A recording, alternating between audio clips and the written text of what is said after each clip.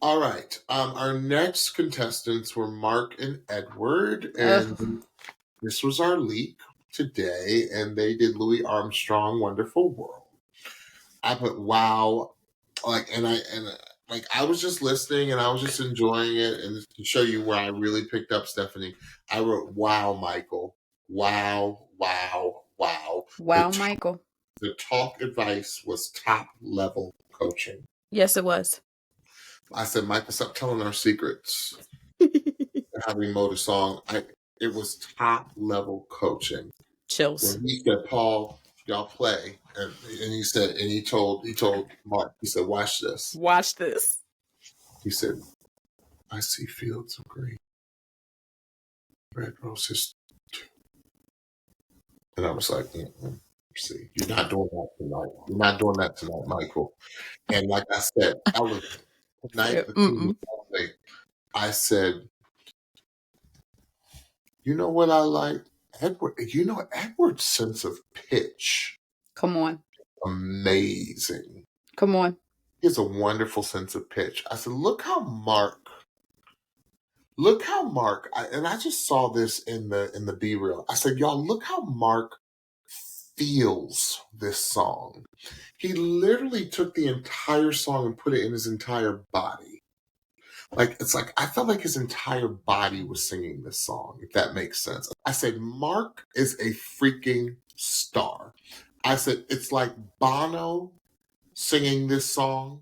It's like Axl Rose singing this song. I said, it's like a famous person singing his own version of the song. It's scary. It's like a famous person coming back, being asked to do a duet of a well-known song. Yes. And doing their own complete version of it, and you just being mesmerized in it, being introduced to entirely new audiences. Yes. That's what I felt. I said, back in the 90s, right when Frank Sinatra was transitioning, Frank Sinatra put out duets CDs. Yes. I don't know if you remember those. I said he basically did duets with just everybody from every genre. And that's what that sounded like to me. Yes. Because Edward sounded so much like Frank, and Mark was just that megawatt star that came in to do a session to me, and you don't think it's going to work, and it's just the most glorious thing you've ever heard. I said, Edward, watch out when you hold your notes, when you sustain a note. And I think this was your nervousness. Your vibrato got a little machine gunny. It got a little fast. I said, and that just takes breath. It's just breath support, because by you using your diaphragm and really supporting that breath and singing that line through, it'll help to calm the nerves, and it will help to slow down your vibrato a little bit. So yeah, that's my take. Stephanie? All right, let me hit that point. Because what I didn't realize about this song is that last note, what a wonderful world, and how it just goes on forever. Singing that note in front of an audience is like walking on a thin curb and trying not to fall off. Like, just like you said, you need the breath support and all of that, but I don't fault the brother, because, and I didn't, did it fly off a little bit, or was the vibrato a little bit? It did not bother me, because I had so much respect that he was staying on pitch as well as he was and holding out that note for as long as he was. I was like, do that, because I know I couldn't have done any better. I was like, dang. And Mark held it out longer than I thought he was going to too, because kind of Bublé kind of gave him a cheat and told him he didn't have to hold it out as long, but he did. Edward gave me classic. Edward gave me dignified. Edward gave me warm, and Edward gave me respectful. I said, you better come on and be yourself. Okay, there's so many lessons within this one performance. I said, you better come on and be yourself. And I love how he's encouraging other people to be themselves, and how he's bringing this music back around and all of that. I said he was confident from the start. You can like him, you can dislike him. He don't care. Kudos to anybody who is willing to just be themselves, and I love it. It is him. It really is. And he sang that ish down. Okay, he sang that ish down. Mark. I literally weeped. Yeah, I was supposed to say, Stephanie's not a weeper, y'all. I'm not a weeper. She's not a weeper. She'll be emotional, but she's not a weeper. I wept. I wept. I wept. Wept. I wept. Wept. I think that we really got to see. I think we got to see who Mark was on tonight. When they left the rehearsal, did you hear what he said about Buble? He said, "What a kind soul." I said, "Oh my God." And even the way he was taking in the information that Buble was giving him with the grace, with the just taking it all in and just being so. It was like total body absorption. It was, but the spirit of it, that's what I'm trying to get at.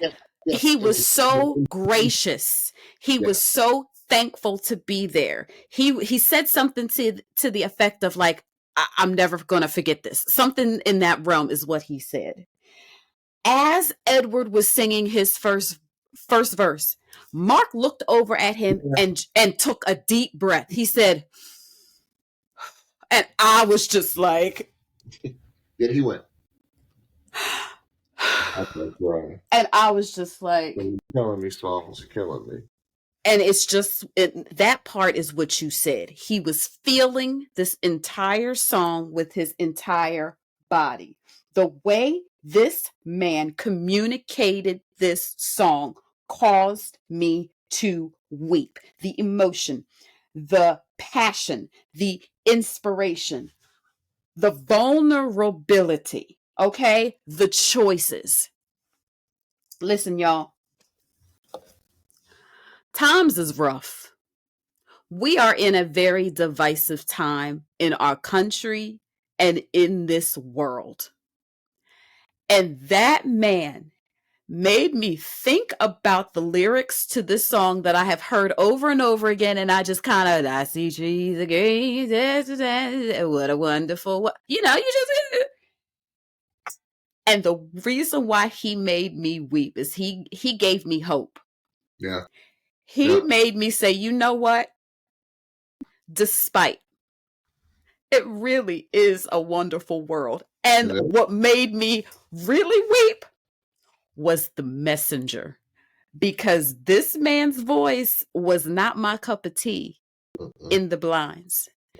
And the fact that he was the messenger and his voice was the message of hope for me tonight.